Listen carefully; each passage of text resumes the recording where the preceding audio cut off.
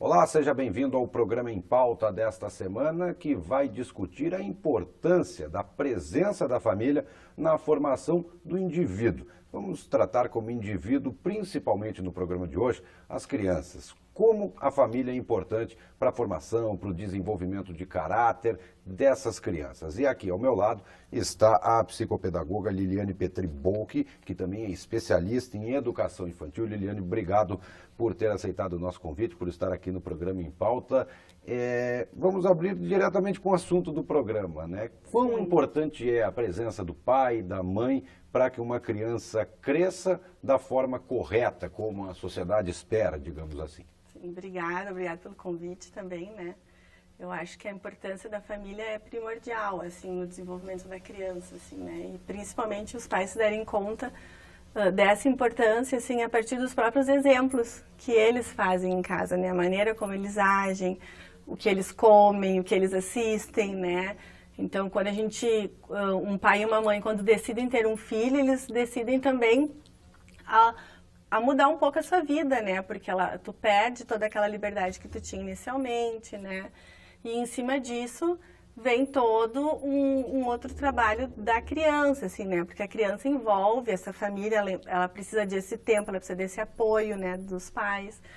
E aí, o mais importante, assim, eu vejo, assim, que é o diálogo, né? Principalmente, assim, poder conversar com o seu filho, poder contar para o seu filho o que está acontecendo ao redor, assim, e também poder ouvir, né? Porque às vezes os pais não têm esse tempo, né?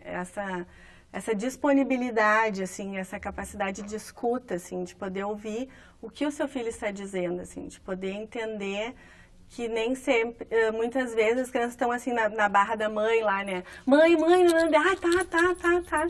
E não tá prestando atenção no que a criança está falando. E às vezes ela está trazendo coisas muito importantes da vida dela, muitas frustrações que ela está sentindo, sentimentos que ela está sentindo, né?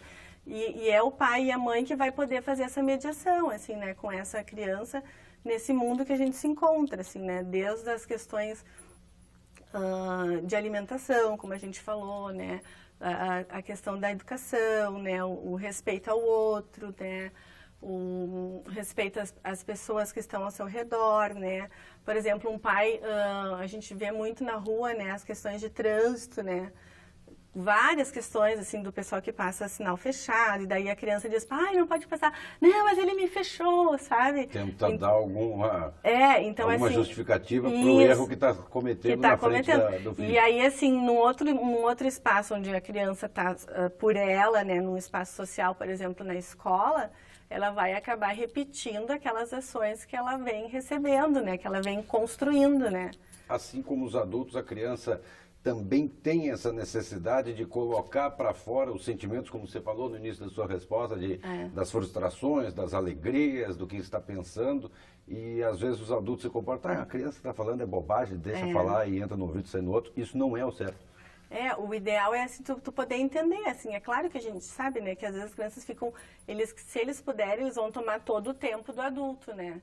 Então, assim, é preciso estabelecer, assim, uma rotina, precisa estabelecer limites, né, com as crianças, assim, principalmente um pai e uma mãe, né, então tu vai lá desde muito cedo, tu vai trabalhando essa rotina com essa criança e vai ensinando para ela as coisas que são certas, as coisas que não são certas, né, e vai dialogando com ela, e aí ela vai também entendendo, assim, que momentos que ela pode te perturbar, no caso, né, e que momentos que não, assim, que momentos que ela vai...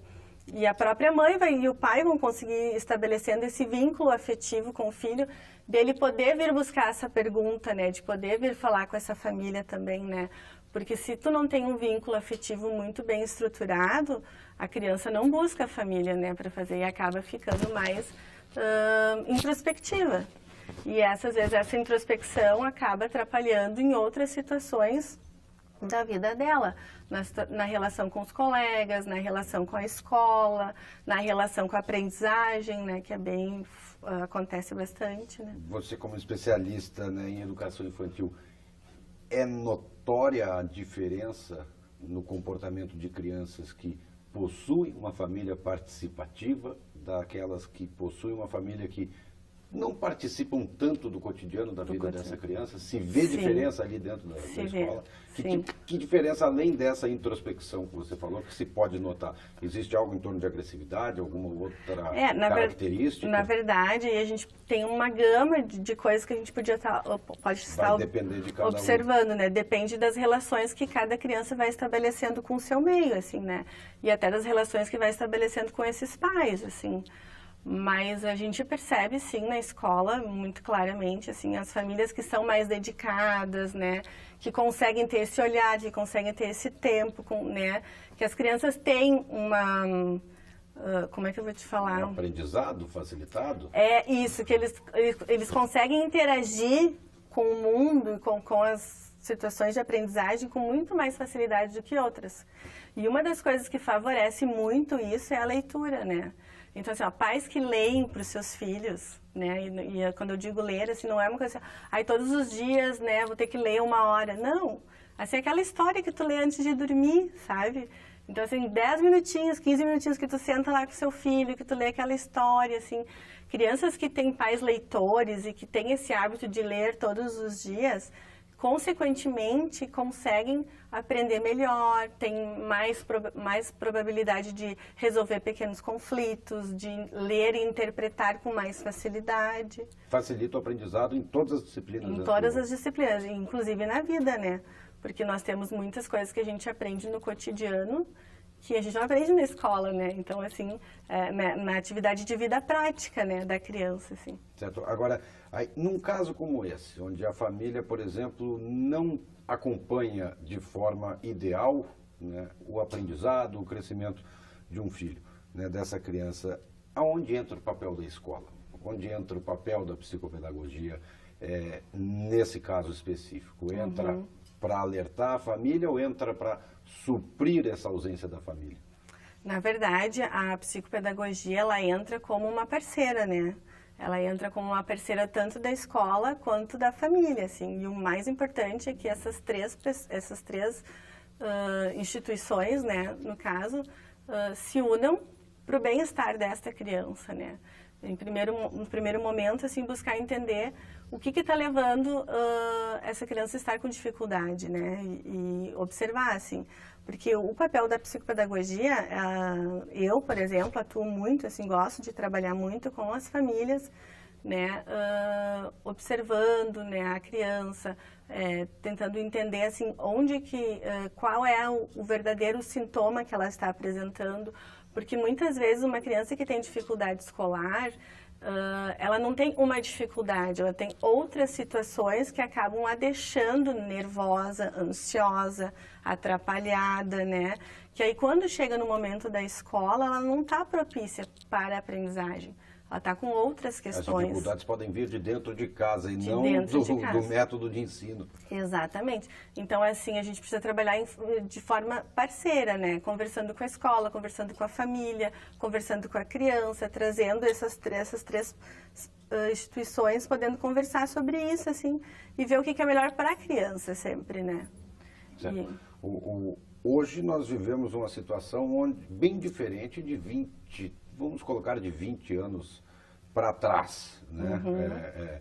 Com marido, esposa trabalhando desde as primeiras horas da manhã até as últimas horas do dia, chegando em casa e às vezes não dando essa atenção necessária que o filho precisa para o seu desenvolvimento devido a cansaço físico, ao estresse mental, emocional, enfim. Você acredita que hoje, por vivermos essa situação, as famílias estão deixando essa questão educacional e de aprendizado para as escolas? Para as escolas. Estão largando um pouco mais. Não, isso é responsabilidade da escola. Eu tenho que trabalhar para botar comida e pagar a escola dele que ensine essa criança. Você acha que isso pode estar acontecendo também? Não? Sim. De certa forma, sim. Algumas situações a gente percebe que os pais tendem a fazer esse movimento, né? De deixar, assim, que a coisa fique mais para a escola, mas não, de forma geral não é comum, porque até a gente entende que a educação mesmo da criança, ela vem de casa, né?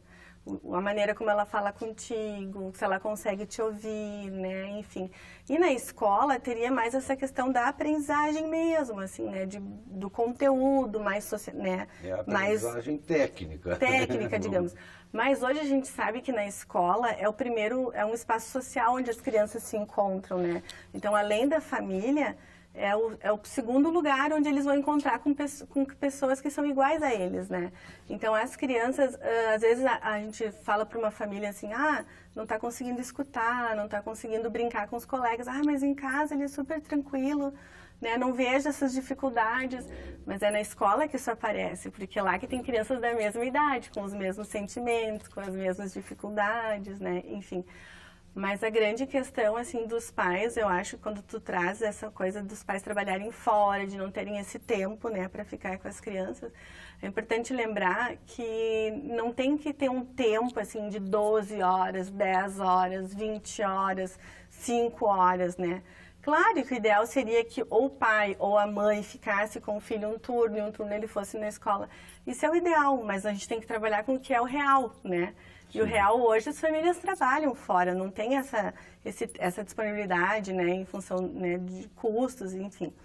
Mas poder estabelecer dentro desse tempo de uma rotina de um dia, de 24 horas, né, estabelecer rotinas com essa criança. Que horas ela vai acordar, que horas ela vai almoçar, que horas ela vai para a escola, que horas que o pai e a mãe vão ficar um pouquinho. E quando eu digo ficar um pouquinho é assim, ó, trabalhou o dia todo, tu pegou teu filho na escola e tu tira 40 minutos, tu vai chegar em casa e vai brincar com ele, tu vai fazer um jogo, tu vai dar um banho mais demorado, tu vai dar uma atenção, tu vai dar um carinho, né?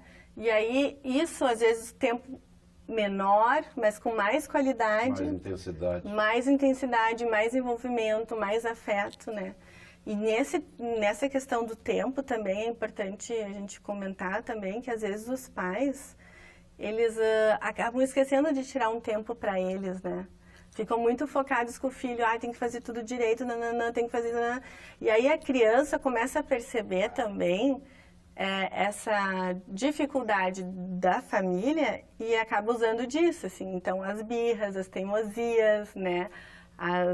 Manda tomar banho. Já falei 3 vezes para tomar banho. Aí a mãe já trabalhou o dia inteiro, já está cansada, já está estressada. Sim. E aí já começa aquela bagunça dentro de casa, né? Isso pode ser uma maneira de chamar a atenção dos pais também, essa teimosia, por exemplo. Como você citou, que é uma teimosia, eu acho que normal de todas as crianças. Todas. Não vou entrar no banho hoje. Né? Isso pode ser uma teimosia para chamar a atenção dos pais. Para chamar a atenção dos pais. E aí é importante, porque o pai e a mãe, né? Quando eu falo pai e mãe, também acho importante a gente falar na questão, assim, da maternagem, né? Porque a maternagem é aquela pessoa que materna, que cuida. Então, por vezes é a mãe, por vezes é o pai, às vezes é uma avó, né? Que cuida do filho, enfim. Mas aí, de estabelecendo essas rotinas que eu falo, assim, esses limites, né? Porque uma vez que tu tem um diálogo aberto com o teu filho, que tu consegue esclarecer com ele, fazer combinações com ele, né? E aí ele vai entender na tua fala quando tu dizer, olha, eu falei 2 vezes para te tomar banho. Ele não vai esperar tu falar a terceira. Mas algumas crianças, a ideia deles é vencer o adulto, né? Então, às vezes eles tentam, eles esperam tu falar a terceira vez para ver o que vai acontecer.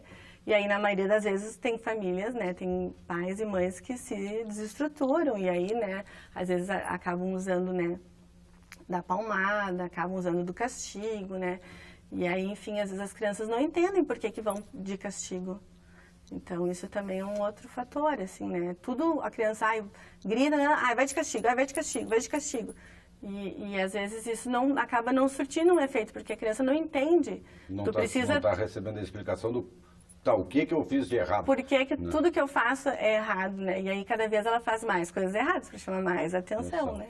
Liliane, eu vou pedir um tempo para a gente agora, que o nosso primeiro bloco já estourou, a gente já chegou ao tempo limite desse primeiro bloco do programa Em Pauta, que está discutindo o papel da família no desenvolvimento dos filhos. O programa Em Pauta faz um rápido intervalo e a gente volta daqui a pouco. Não sai daí.